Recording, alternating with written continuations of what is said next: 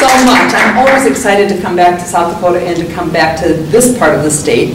Larry has a sister in Custer, and so we came up from there. I didn't know it would take me as long when I got to the edge of town to get into town as it did to get from Custer to the edge of town.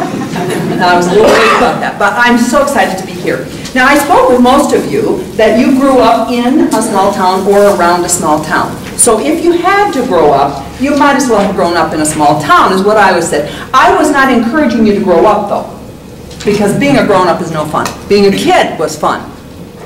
I grew up in the town of Chancellor. Raise your hand if you've ever heard of or been to Chancellor, South Dakota. Great. It is, we lovingly called it a poke and plum town, because you could poke your head out the kitchen window and be plumb out of town. That's how small it was. We kids had nothing to do, so we played with the name, and we called it Chance in the Cellar. We thought we were so clever. It was a town 4 blocks by 6 blocks. The parking lot out here is probably about that size. And it was a town made up of old people. There were 6 families who had kids, and the rest of them were all people who retired in off the farms. And the women loved it because their lives were no longer dictated by the farm. You know, running meals out to the field and running for repair. The men, however, came to town to die because they had no hobbies.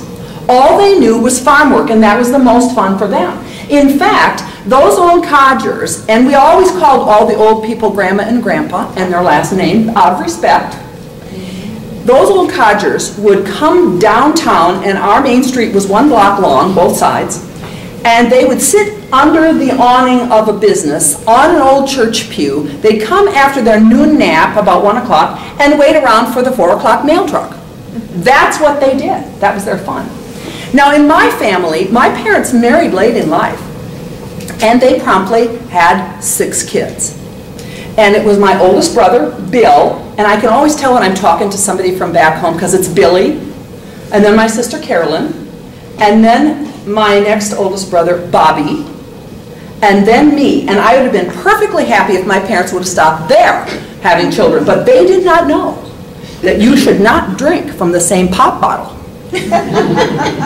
Because they promptly went and had 2 more kids. You can tell where I got my sex education on the playground, because we knew you don't swap spit with people, because that's where babies come from.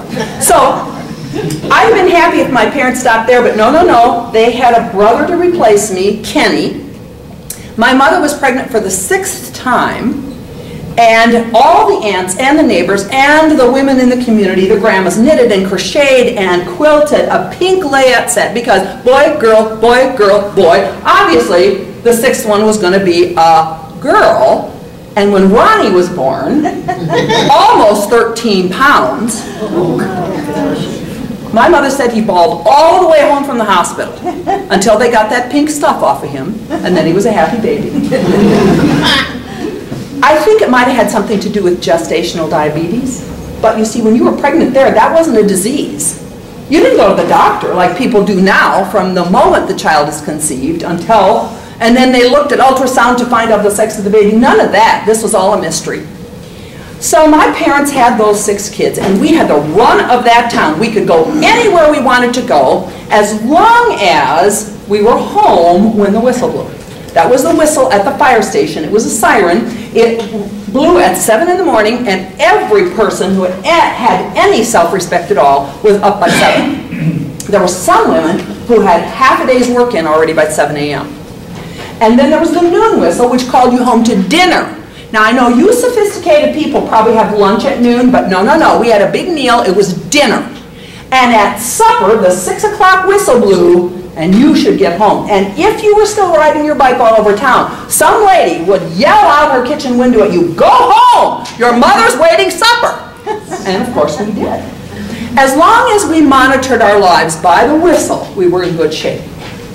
Now, we had to create our own fun because we didn't have TV, we didn't have internet, we didn't even know what that was.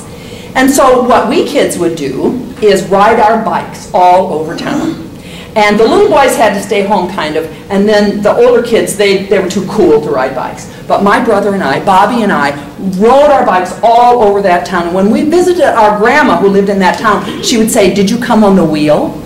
Because that's how she knew bicycles.